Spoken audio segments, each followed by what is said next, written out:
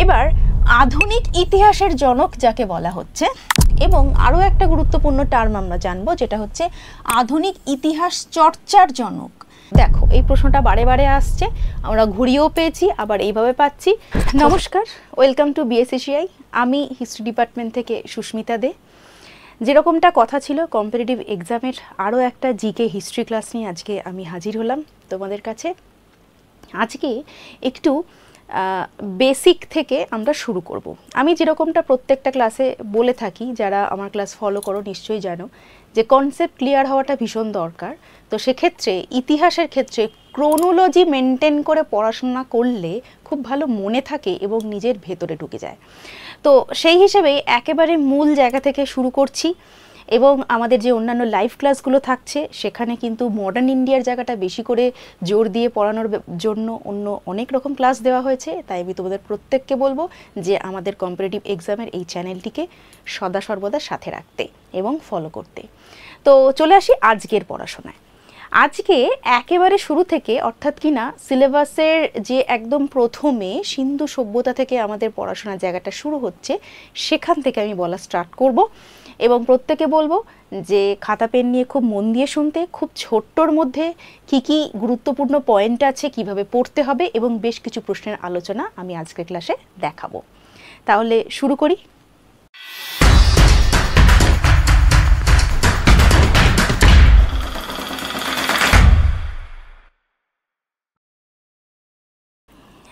সিন্ধু সভ্যতাতে ঢোকার আগে আমি যেটা বলবো যে বিশেষ কিছু ইতিহাসের বিষয়ের কিছু গুরুত্বপূর্ণ টার্ম, কিছু গুরুত্বপূর্ণ তোমার কনসেপ্ট ওয়াইজ কিছু প্রশ্ন অনেক সময় দেয়, যেটাকে আমরা হয়তো সবসময় ইতিহাস বলি না, আমরা হয়তো নর্মাল জিকেও বলতে পারি।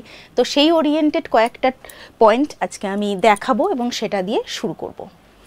তো প্রথমেই এই যে হিস্ট্রি, ইতিহাস, এই শব্দটি হচ্ছে একটা গ্রিক শব্দ, যেটা আর কি আমরা পাচ্ছি, এই গ্রিক শব্দটা আর কি আমরা পেয়েছি এবং সংস্কৃতেও এই সংস্কৃত ইতিহাস শব্দটা কি আমরা পাচ্ছি এবং সংস্কৃতে এই ইতিহাস শব্দের যেটা মানে সেটা হচ্ছে অতীতের সমস্ত ঘটনা নয়, কেবলমাত্র গুরুত্বপূর্ণ ঘটনাগুলোকে ইতিহাস বলি। ঠিক আছে, ইতিহাস নিয়ে আমরা পড়ছি, তাই এই শব্দটা সম্পর্কে আমার মনে হয় এই দুটো বিষয় একটুখানি মাথায় রাখলে খুব ভালো হয়। তারপরে খুব গুরুত্বপূর্ণ একটা প্রশ্ন, ইতিহাসের জনক। এটা কিন্তু বিভিন্ন কম্পিটিটিভ এক্সামেতে কম বেশি আসে এবং আমাদের প্রত্যেকেরই ধারণায় আছে, সেটা হচ্ছে গ্রিক ঐতিহাসিক হেরোডোটাসকে বলা হচ্ছে আমাদের ইতিহাসের জনক, কারণ ইনি প্রথম এই হিস্ট্রি শব্দটিকে ব্যবহার করেছিলেন, যেটার বাংলা আক্ষরিক অর্থ বলা হচ্ছে ইতিহাস। এবার বলি, এই হেরোডোটাসকে ইতিহাসের জনক এই আখ্যাটা দিলেন কে? আমরা সবাই জানি যে হেরোডোটাস হচ্ছেন ইতিহাসের জনক। হেরোডোটাসকে যিনি ইতিহাসের জনক বলে আখ্যা দিলেন তিনি হচ্ছেন রোমান রাষ্ট্রনীতিবিদ সিসেরো। রোমান রাষ্ট্রনীতিবিদ সিসেরো হেরোডোটাসকে ইতিহাসের জনক বললেন, এটা আমরা কিন্তু মনে রাখবো।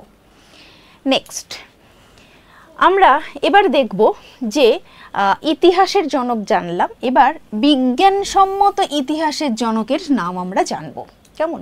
বিজ্ঞানসম্মত ইতিহাস যিনি, তিনি হচ্ছেন ঐতিহাসিক থুকিডিডিস। ইনিও একজন গ্রিক ঐতিহাসিক। মনে থাকবে সকলের, হিস্ট্রি শব্দটাও কিন্তু আমরা গ্রিক শব্দ থেকে পেয়েছি, সেই গ্রিক ঐতিহাসিক থুকিডিডিসকে পেলাম। ঠিক আছে, যিনি হচ্ছেন বিজ্ঞানসম্মত ইতিহাসের জনক। এবার আধুনিক ইতিহাসের জনক যাকে বলা হচ্ছে তিনি হচ্ছেন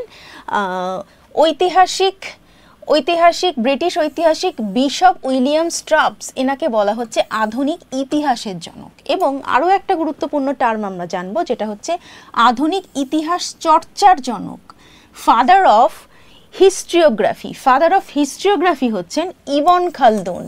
ঠিক আছে, আরবীয় ঐতিহাসিক ইবন খালদুন হচ্ছেন ফাদার অফ হিস্ট্রিওগ্রাফি।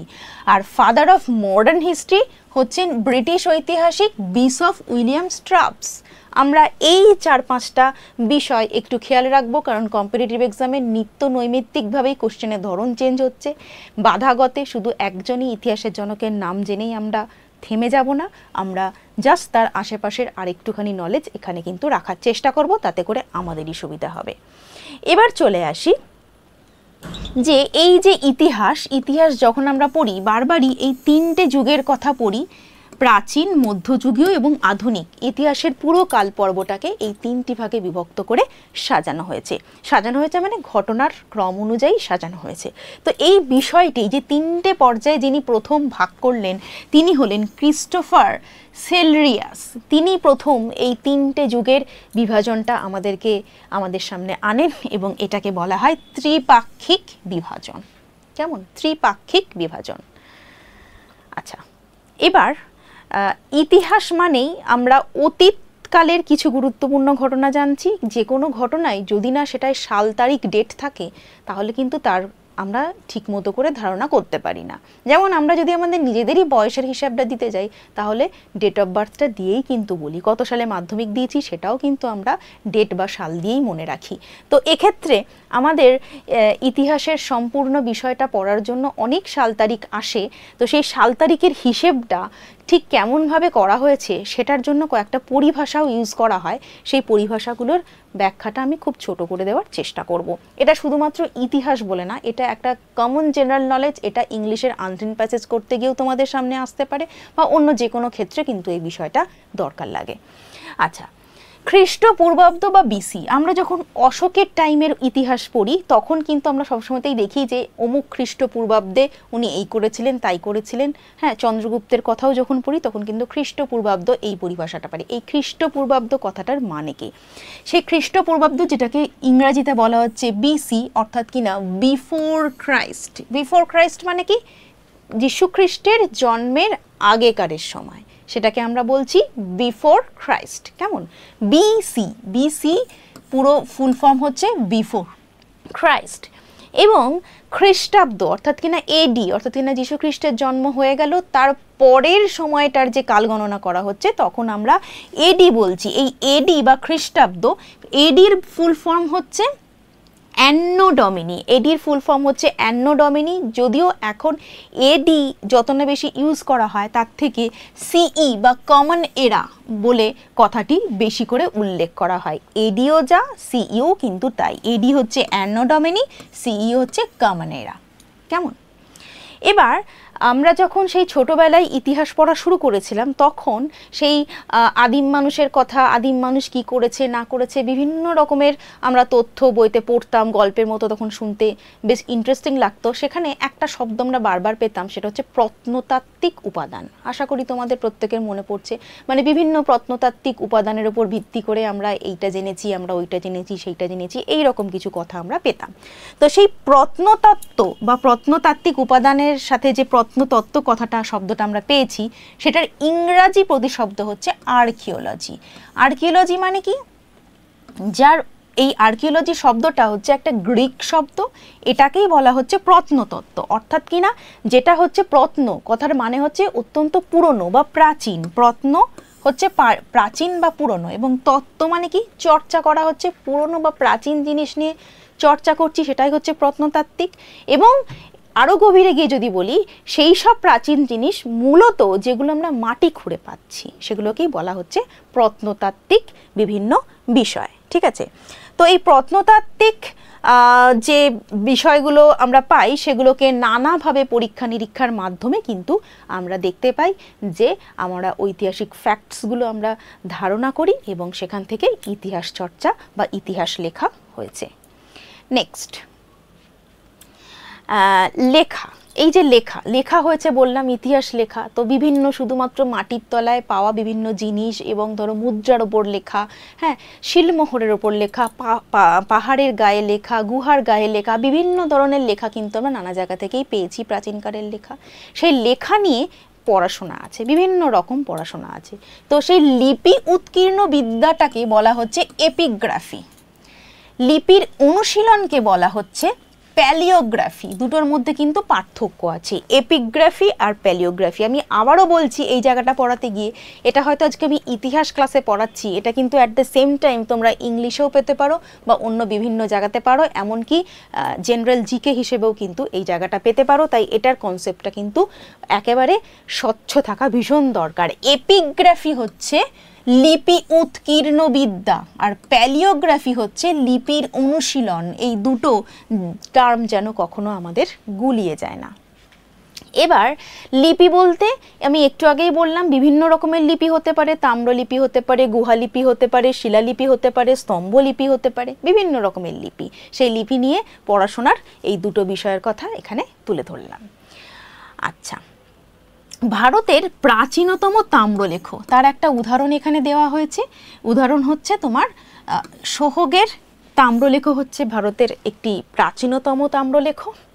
তো এই যে প্রাচীনকালে অর্থাৎ কিনা প্রাচীন ভারতে যে সমস্ত লিপিগুলো লেখা হয়েছিল সেগুলোর ল্যাঙ্গুয়েজ কী ছিল, অর্থাৎ কিনা ভাষা কী ছিল। হ্যাঁ, বিভিন্ন রকম ভাষা ছিল, যেরকম পালি, প্রাকৃত, সংস্কৃত, কানাড়ি, তামিল, মালায়াম, তেলেগু, এরকম বিভিন্ন ধরনের ভাষাতে আমরা প্রাচীন ভারতের বিভিন্ন লিপিকে পেয়েছি। সুতরাং এই পেজের প্রত্যেকটা ইনফরমেশন কিন্তু আমার মনে হয় শুধুমাত্র ইতিহাস নয়, অন্য বিভিন্ন বিষয়েও কিন্তু কাজে লাগবে। এবার চলে আসি মুদ্রা। আচ্ছা, আমি এই লিপি মুদ্রা নিয়ে এত কথা বলছি কেন? কারণ কি, লিপি, এই পুরানো দিনের লিপিগুলো যেরকম আমাদের পুরানো ইতিহাস রচনায় সাহায্য করেছে, ঠিক সেরকমভাবে মুদ্রাও কিন্তু একটা খুব গুরুত্বপূর্ণ ঐতিহাসিক উপাদান, যেটা ইতিহাস রচনায় ভীষণ গুরুত্বপূর্ণ। কেন? মুদ্রাতে যেটা লেখা থাকবে, ধরো স্বাভাবিক এখনই যদি তোমরা একটা হাতে একটা কয়েন নাও, তাহলে সেখানে কি দেখতে পাবে, সেটা কত টাকার কয়েন সেটা লেখা আছে, সেটা আমাদের ভারত সরকারের একটা শিলমোহর দেওয়া আছে, কত সালে সেটা মিন্ট থেকে বেরিয়েছে সেই সালটা দেওয়া আছে, এছাড়াও বিভিন্ন কিন্তু তথ্য সেখানে দেওয়া থাকে। তো এটাই হচ্ছে মুদ্রার একটা বিশেষত্ব, যেটা একদম মানে নিশ্চুপ থেকে তার চেহারা এবং আকৃতি দিয়ে আমাদের কিন্তু অনেক কালের তথ্য দিয়ে দেয়। ঠিক আছে, যেরকম আগেকারের দিনে আমরা যেরকম তামার মুদ্রা পেয়েছি, সোনার মুদ্রা পেয়েছি, রূপার মুদ্রা পেয়েছি, হ্যাঁ, সেখানে ধরো যে শাসক যখন সিংহাসনে বসছেন তিনি তখন তো মিডিয়া বলে কিছু ছিল না, তাই তখন তিনি তার এই যে সিংহাসনে বসার ব্যাপারটা যাতে সবাই জানতে পারে, তার জন্য যে কোনো রাজাই সিংহাসনে বসে সবার প্রথমে মুদ্রা প্রকাশ করতেন। কেমন?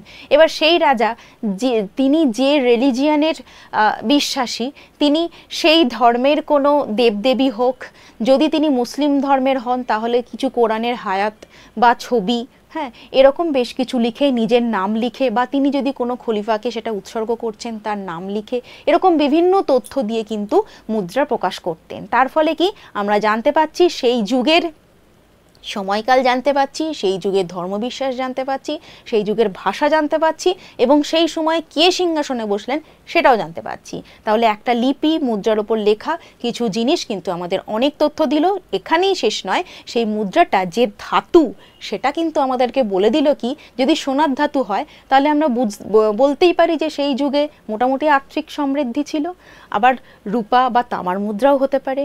এই মুদ্রার যে মেটালটা সেটাও কিন্তু বিভিন্ন রকমের তথ্য এবং সাক্ষ্য বহন করছে ইতিহাসের। তাই মুদ্রা হচ্ছে ইতিহাসের একটা খুব গুরুত্বপূর্ণ উপাদান।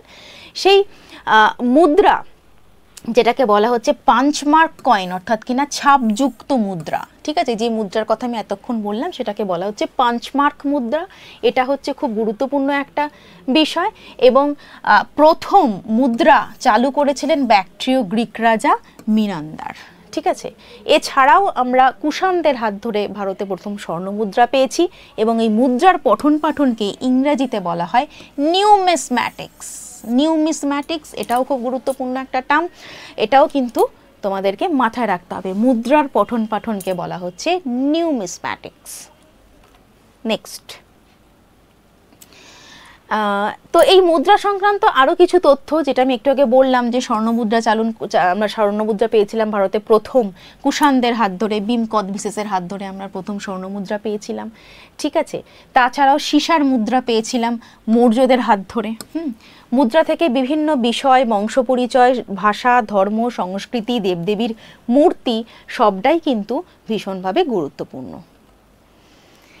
নেক্সট, এবার আমরা হরপ্পা সভ্যতায় আসছি। হ্যাঁ, হরপ্পা সভ্যতায় ঢোকার আগে এই হরপ্পা নামের অর্থটা এখানে বলা হয়েছে, যেটা হচ্ছে কি হরপ্পাকে বলা হচ্ছে তোমার পশুপতির খাদ্য, এবং মহেঞ্জোদারো এই কথাটার নাম হচ্ছে মৃতের স্তূপ। ঠিক আছে, আমরা সভ্যতা বলতে হরপ্পা, মহেঞ্জোদারো এই দুটো কথা সবার প্রথমে পাই। অ্যাকচুয়ালি দুটো সাইটের নাম। ঠিক আছে, হরপ্পা বিশাল যে সভ্যতা, সেই সভ্যতা আবিষ্কৃত হলো একটা বিস্তীর্ণ অঞ্চল জুড়ে।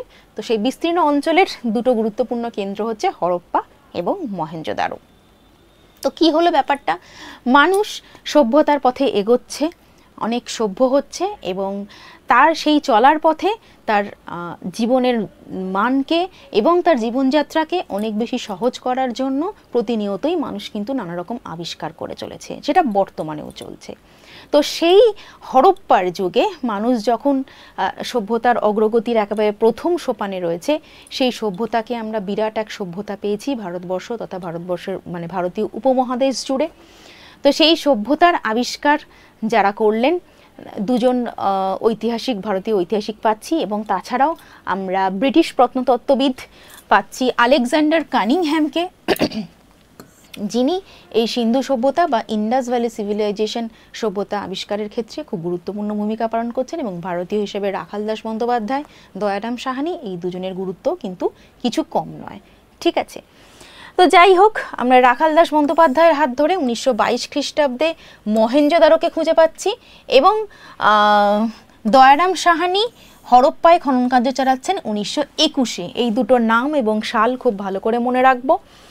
এবং এই যে সভ্যতাটা যেটা আবিষ্কার হলো, খুব ভালো করে মনে রাখতে হবে, সেটা হচ্ছে তাম্র ব্রোঞ্জ যুগের সভ্যতা। তাম্র ব্রোঞ্জ যুগের সভ্যতা মানে এই টাইমে মানুষ তামা, ব্রোঞ্জ এই দুটো ধাতুর ব্যবহার তো জানেই, তার সাথে মানুষ কিন্তু পাথরেরও ব্যবহার কিন্তু সমানতালে চালাচ্ছে। একদম যখন মানুষ আদিম মানুষ ছিল, তখন তো মানুষ এরকম ধাতুর তৈরি জিনিস বানাতে শেখেনি। তখন মানুষের হাতিয়ার হিসেবে পাথর, সবার প্রথম মানুষ পাথরকেই, মানে কি বলবো, আমাদের যদি পথে ঘাটে চলতে গেলেও এখনও যেটা সহজে আর কি আমাদের চোখের সামনে পড়ে সবার আগে, সেটা হচ্ছে পাথর। তো সেই আদিম মানুষের ক্ষেত্রেও তাই ছিল, সেই পাথর তারা হাতের কাছে পেয়েছে, পাথর দিয়েই সবটা চালাতো। তাই সেই যুগটা ছিল প্রস্তর যুগ। তারপর যখন অগ্রগতির ধারা এগিয়ে যাচ্ছে, তখন পাথরের সাথে সাথে আমরা দেখতে পাচ্ছি বিভিন্ন ধাতু তাদের জীবনযাত্রার মধ্যে অঙ্গীভূত হচ্ছে। তো হরপ্পা সভ্যতা হচ্ছে সেই সময় সভ্যতা যখন মানুষ তামার ব্যবহার শিখে গেছে এবং তামার সাথে টিন মিশিয়ে ব্রোঞ্জের ব্যবহারও কিন্তু শিখে গেছে। তো এইটা হচ্ছে হরপ্পা সভ্যতার বিস্তার। এই ভারতীয় উপমহাদেশে এই যে এই পোর্শন জুড়ে আমরা পাচ্ছি হরপ্পা সভ্যতা।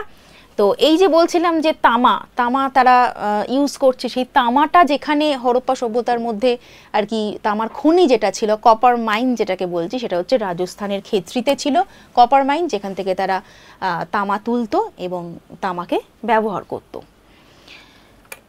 নেক্সট, এই যে হরপ্পা সভ্যতাটার আমরা মানচিত্রটা দেখলাম, তো সেই মানচিত্র এবার যে বিস্তার যেটা ছিল, এই যে যদি আমি আগের স্লাইডে যাই, এই যে এতটা জুড়ে এটা বিস্তৃত আছে, তার যদি বলি একেবারে উত্তর দিকের সাইড কোনটা, দক্ষিণ দিকের সাইড কোনটা, পূর্ব দিকের কোনটা, পশ্চিম দিকের কোনটা, মানে এইভাবে যদি আমি পুরো সভ্যতার এটাকে ধরি, তাহলে একদম টপমোস্ট উত্তরে কে আছে, দক্ষিণে কে আছে, পূর্ব এবং পশ্চিমে কোন কোন জায়গা আছে, সেটা আমাদের একটু জানতে হবে, যেটা আমি পরের স্লাইডে ছবির মাধ্যমে দেখিয়েছি। এবং এটা কিন্তু খুব গুরুত্বপূর্ণ।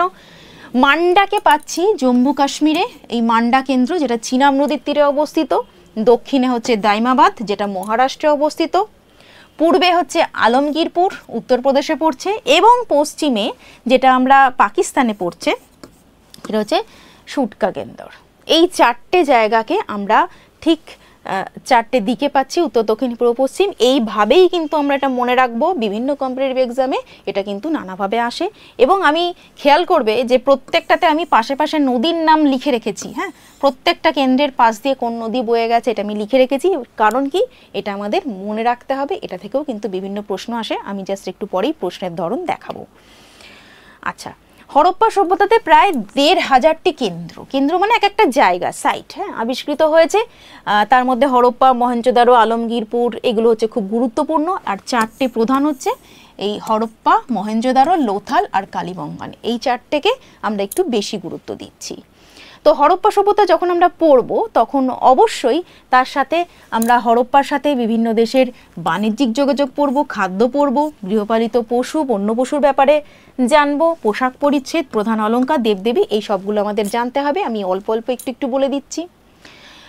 যেহেতু এটা নদীমাতৃক সভ্যতা এবং এই সভ্যতার হচ্ছে সুমের, মেসোপটেমীয় সভ্যতার প্রায় সমসাময়িক, তো আমরা দেখতে পাচ্ছি যে জীবন ধারণের প্রয়োজনে তারা যেরকম একটা উন্নত পরিমাণের নগর তৈরি করেছিল, তার সাথে সাথে তাদের কিন্তু বাণিজ্যিক সমৃদ্ধিও খুব ভালো ছিল, এবং মেসোপটেমিয়া, সুমের এই সমস্ত দেশের সাথে তাদের বাণিজ্যিক যোগাযোগ ছিল। তারা জলযানের মাধ্যমে বাণিজ্য করত, এবং এই যে এখানে একটা আমি চিত্র দেখানোর চেষ্টা করেছি, বাণিজ্যিক যে জলপথে আর কি যে বাণিজ্যের যোগাযোগ ছিল সেটা। তো এক্ষেত্রে বাণিজ্যিক যোগাযোগের ক্ষেত্রে আমরা খুব গুরুত্বপূর্ণ একটা বন্দর পাই, যেটা হচ্ছে লোথাল, যেটা হচ্ছে আমাদের ভারতবর্ষেরও সবচেয়ে প্রাচীনতম বন্দর তথা হরপ্পা সভ্যতার গুরুত্বপূর্ণ বন্দর, সেটা হচ্ছে লোথাল, যেটা ছিল গুজরাটে। কেমন?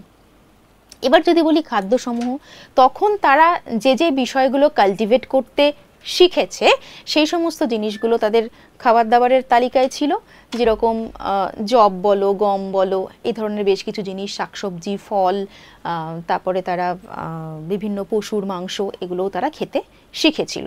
তো এটা ছিল ফুড হ্যাবিট। তবে ফুড হ্যাবিট নিয়ে খুব বেশি একটা প্রশ্ন দেখা যায় না, দেখা যায় হচ্ছে তোমার ধান চাষ কোথায় হতো, কটন চাষ কোথায় হতো, এই সমস্ত ব্যাপার। ঠিক আছে, তো যাই হোক, তারপরে হচ্ছে গৃহপালিত পশু। মানুষ বুঝেছিল, মানুষ সভ্যতার পথে এগিয়ে যাচ্ছিল, যে পশুকে, বিভিন্ন পশু তাদের কাজে যেরকম সাহায্য করে, এরকম তার সাথে কিছু পশু আছে যাদেরকে চাইলে পোষ মানানো যায়, এবং তারা যদি সাথে থাকে, আমাদের সাথে থাকে, বিভিন্ন রকম জিনিসও আমরা পেতে পারি। সেই হিসেবে মানুষের গৃহপালিত বা পশুকে পোষ মানানোর যে বিষয়টা, সেটা কিন্তু আমরা এই টাইমে খুব ভালো মতো দেখতে পাচ্ছি। নারী পুরুষ উভয়ই হরপ্পা সভ্যতাতে অলংকার ব্যবহার করত, বিভিন্ন রকমের গয়না ব্যবহার করত। তো সেই গয়না বিভিন্ন রকমের মাটির হতে পারে বা হাতির দাঁতের, হ্যাঁ, এরকম বিভিন্ন জিনিসের গয়না কিন্তু তারা পরছে। অর্থাৎ কি তাদের সাজগোজ বা ফ্যাশন কিন্তু যথেষ্ট পরিমাণে উন্নত মানের ছিল। দেখা যায় মেয়েরা ভ্যানিটি ব্যাগ ইউজ করতো, লিপস্টিক ইউজ করতো, বিভিন্ন রকমের মাথার কাঁটা, সাজগোজের জিনিস থেকে শুরু করে অলংকার, সবটাই মানে দেখলে পরে আশ্চর্য হতে হয়।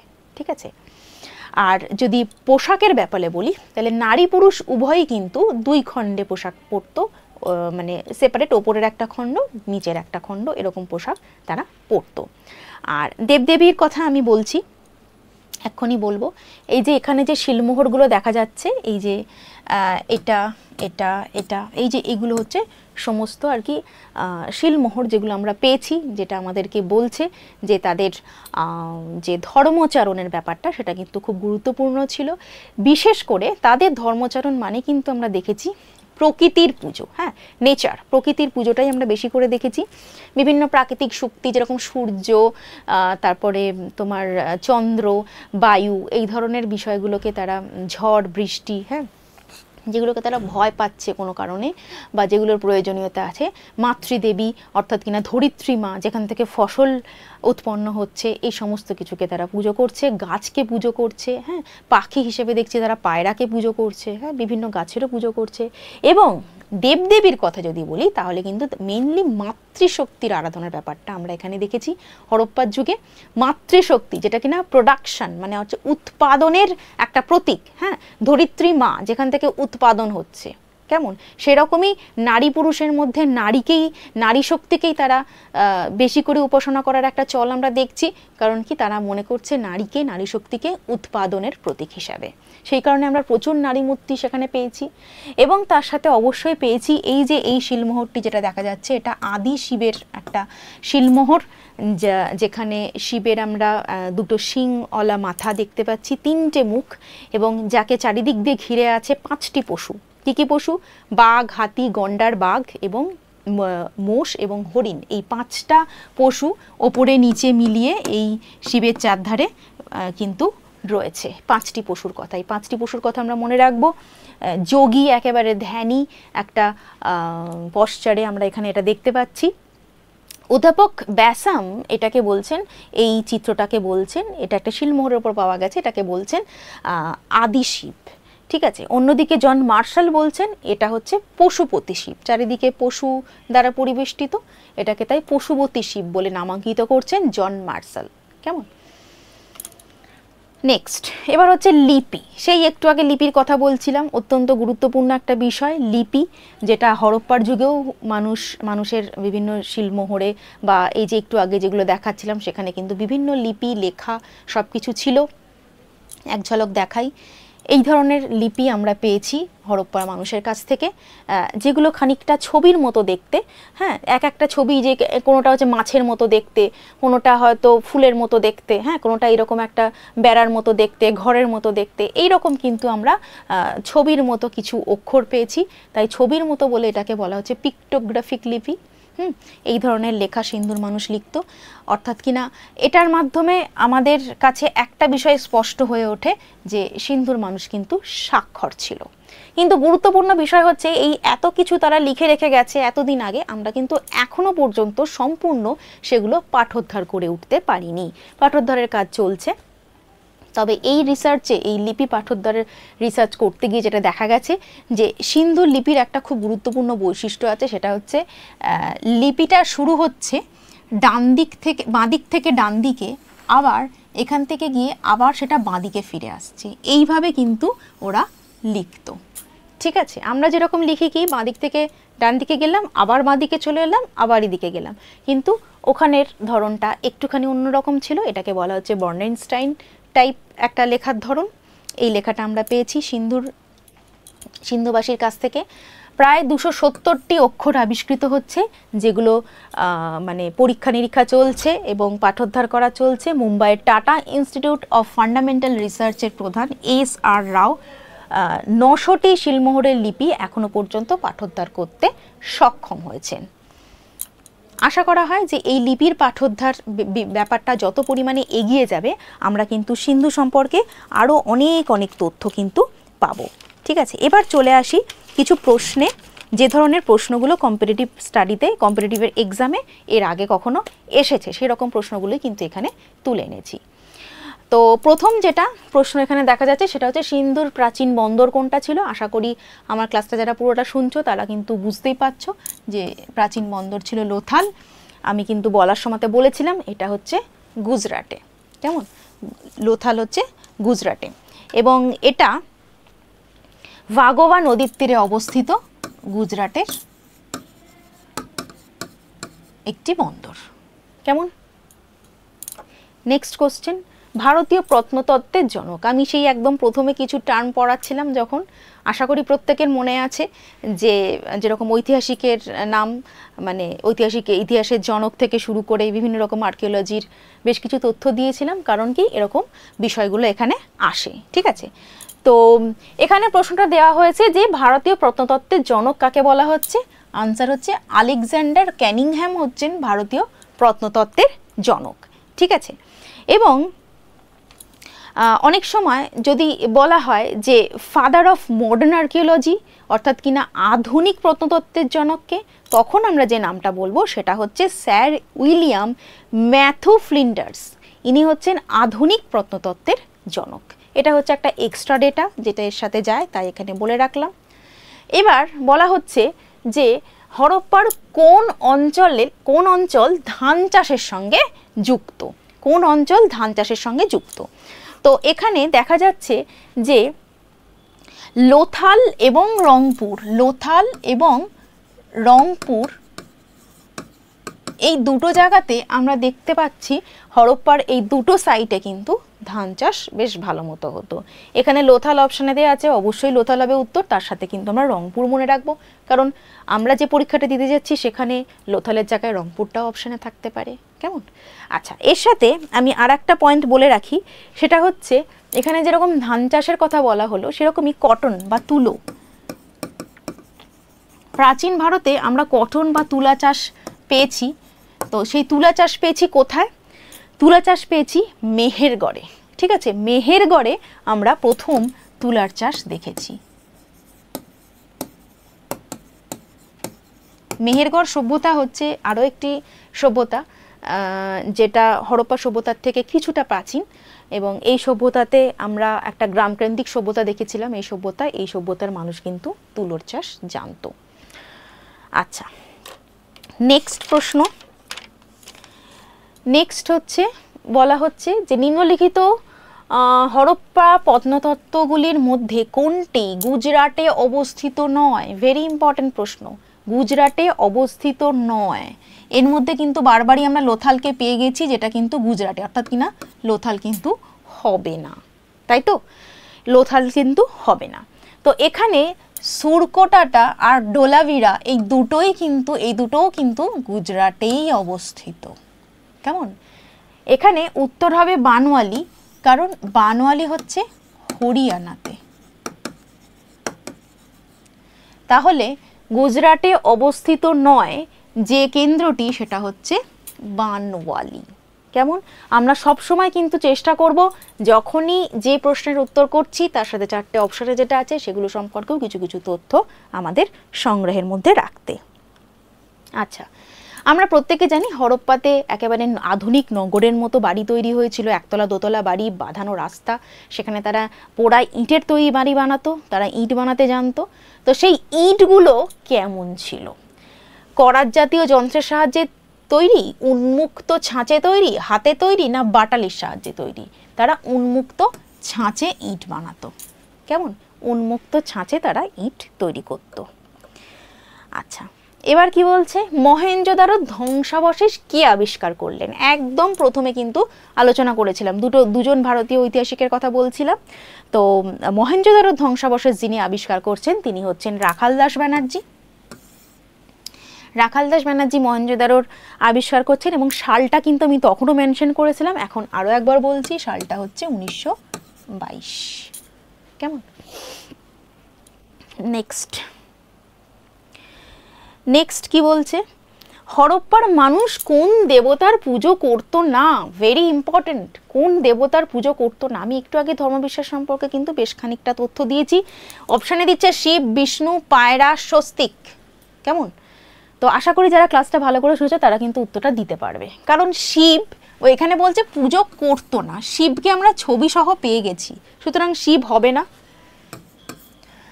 আমি বলেছিলাম পড়াতে পড়াতে তারা বেশ কিছু পশু পাখির পুজো করতো, তার মধ্যে পায়রার পুজো কিন্তু তারা করতো। ঠিক আছে, সুতরাং পায়রা হবে না। স্বস্তিক চিহ্ন আশা করি সকলেই জানো, এই স্বস্তিক চিহ্নটার অস্তিত্ব কিন্তু হরপ্পার যুগে ছিল এবং তারা এটা ইউজ করতো, সুতরাং স্বস্তিকও কিন্তু হবে না। তাহলে বাকি রইল যেটা, সেটা হচ্ছে বিষ্ণু। তারা কোন দেবতার পুজো করতো না? তারা বিষ্ণুর পুজো করতো না। এটা কিন্তু আরও একটা বিষয় আমাদেরকে চোখে আঙুল দিয়ে যেটা দেখাচ্ছে, সেটা হচ্ছে কি, আমরা একদম প্রথমে বলেছি যে হরপ্পার মানুষ মাতৃশক্তির আরাধনা করত, সুতরাং সেখানে দেবতার অস্তিত্ব থাকার কথা নয়। শুধুমাত্র আমরা শিবের বা আদি যোগী শিবের একটা শিলমোহর পেয়েছি, সেখান থেকেই একমাত্র এক দেবতার আমরা অস্তিত্ব পাচ্ছি। আচ্ছা, নেক্সট বলছে যে সর্বশেষ খনন অনুসারে মান্দা সিন্ধু সভ্যতার কোথায় অবস্থিত? এটাও প্রত্যেকের কাছে আশা করি ক্লিয়ার বা মনে আছে, আমি একদম ছবি এঁকে দেখিয়ে দিয়েছিলাম। মান্ডা ছিল একেবারে উত্তরে জম্মু কাশ্মীরে, ঠিক আছে, অর্থাৎ কিনা সর্বোচ্চ উত্তর দিকে অবস্থিত কেন্দ্রটি ছিল মান্দা। নেক্সট হচ্ছে বৃহৎ স্নানাগারটা, হরপ্পার বৃহৎ স্নানাগারটা আমরা কোথায় পেলাম? হরপ্পাতে একটা বৃহৎ স্নানাগার পাওয়া যায়, যেটা কিনা ধর্মের কাজে, পবিত্র কাজে আর কি ইউজ করা হতো, যেটা একেবারে আধুনিককালে সুইমিং পুলের মতো। সেখানে জল প্রবেশ করানো যেত, আবার নোংরা জলকে বাইরে বার করে দেওয়া যেত, শীতকালে গরম জলের ব্যবস্থা ছিল। এইরকম একটা অত্যাধুনিক টাইপের একটা স্নানাগার, বৃহৎ স্নানাগার আমরা হরপ্পাতে পেয়েছিলাম, যেটা ছিল মহেঞ্জোদারোতে। কেমন? নেক্সট, সিন্ধু সভ্যতার অন্যতম নগর লোথাল কোথায় অবস্থিত? দেখো, এই প্রশ্নটা বারে বারে আসছে, আমরা ঘুরিয়েও পেয়েছি, আবার এইভাবে পাচ্ছি, হচ্ছে গুজরাটে অবস্থিত লোথাল। এটা বোধহয় আলাদা করে বলে দিতে হবে না, এটাই আমাদের উত্তর। এবার এর সঙ্গে দিচ্ছে আর কয়েকটা জায়গা, রাজস্থান, পাঞ্জাব আর হরিয়ানা। কেমন? তো এই রাজস্থান, পাঞ্জাব আর হরিয়ানাতে তাহলে কোন কোন কেন্দ্র রয়েছে আমরা একটু দেখে নেব। রাজস্থানে রয়েছে কালীবঙ্গান। এই কালীবঙ্গান কথার অর্থ হলো কালোবালা। কেমন? পাঞ্জাবে রয়েছে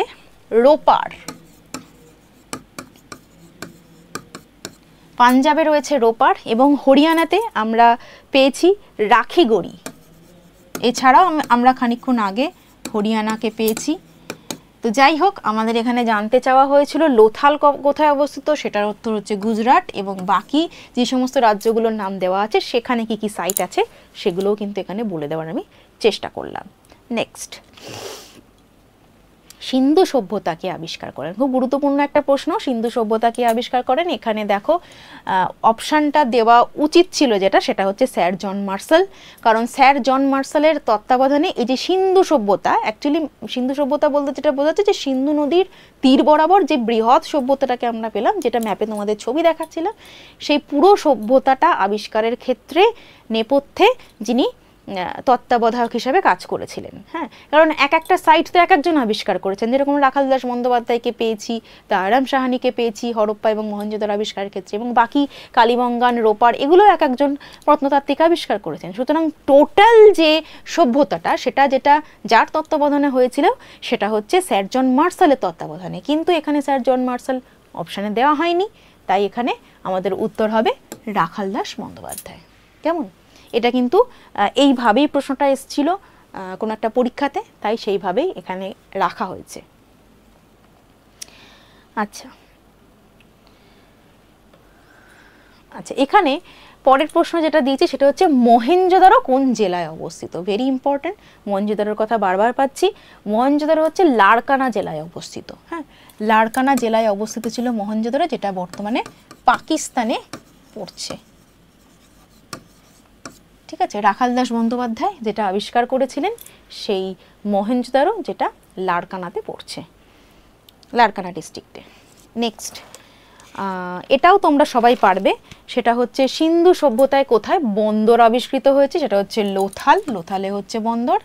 এবং বাকি যে তিনটে নাম দেওয়া হয়েছে সেই তিনটে জায়গার আমি নদীর নামগুলো একটু বলে দিতে চাইছি। মানে এই তিনটে জায়গার পাশ দিয়ে যে নদীগুলো বয়ে যাচ্ছে সেটা হচ্ছে তোমার সরস্বতী নদী, সুরকোতাদাতে সরস্বতী নদী, এবং বানওয়ালির পাশ দিয়েও সরস্বতী নদী বয়ে যাচ্ছে। আর এইটা অর্থাৎ কিনা সুতকোজেন্দর, সুতকোজেন্দর জায়গাটা করাচিতে অবস্থিত। ঠিক আছে, তো এইরকম ভাবে কিন্তু আমরা তথ্যগুলো যদি কালেক্ট করি তাহলে কিন্তু আমাদের জানার পরিসরটা অনেক বাড়বে। আচ্ছা, এরপরে যে প্রশ্নটা রেখেছি সেটা হচ্ছে সিন্ধু সভ্যতার বিশেষত্ব কোন জায়গায়? নগর পরিকল্পনা, স্থাপত্য, হস্তশিল্প, নাকি সবকটি? তোমরা দেখো পুরো সভ্যতাটা পড়া হলো, এতগুলো প্রশ্ন বিশ্লেষণ করা হলো। আমার মনে হয় তোমরা এটা সবাই বুঝতে পারছো যে সিন্ধুতে আমরা হস্তশিল্প পাচ্ছি, যে বিভিন্ন গয়নাগাটি দেখছি, পোশাক দেখছি, এত কারুকার্য দেখছি, সেগুলো তো হস্তশিল্পই। নগর পরিকল্পনা তো অবশ্যই ছিল, স্থাপত্যও ছিল কম বেশি। আমরা বেশ কিছু বড় বড় অট্টালিকা পেয়েছি, তারপরে মন্দিরের মতো, যেগুলোকে আমরা মন্দির মনে করে নিচ্ছি, বাড়িঘর তো বড় বড় ছিলই। তো সুতরাং সবকটি কিন্তু ছিল, সিন্ধু সভ্যতায় এক্সিস্ট করতো, তাই উত্তর হবে সবকটি। নেক্সট, আলেকজান্ডার ক্যানিংহ্যাম হরপ্পার যুগে যে শিলমোহর আবিষ্কার করেন তাতে কয়টি বর্ণ লিখিত ছিল? Very important. ঠিক আছে, এখানে কিছু ব্যাখ্যার আমার কিছু স্কোপ নেই। তিনি যে শিলমোহরটা পেয়েছিলেন সেখানে 6টা বর্ণ ছিল। আমরা এই 6 নাম্বারটাকে খেয়াল রাখবো। কেমন? বেশ কিছু প্রশ্নের মাধ্যমে আমি পুরো বিষয়টা তুলে ধরার চেষ্টা করলাম। আশা করি তোমাদের প্রিপারেশনের ক্ষেত্রে এটা ভীষণভাবে কাজে লাগবে। শুধুমাত্র রেলের পরীক্ষা নয়, যে কোনো কম্পিটিটিভ এক্সামের একটা সম্পূর্ণ প্রস্তুতির জন্য কিন্তু এইভাবে পড়াশোনা চালিয়ে যেতে হবে। এবং আমি তোমাদের প্রত্যেককে বলবো যে আরও এই ধরনের ক্লাস পাওয়ার জন্য অবশ্যই আমাদের BSSEI এর কম্পিটিটিভ এক্সামের যে ইউটিউব চ্যানেল সেটাকে সবাই সাবস্ক্রাইব করে রাখো।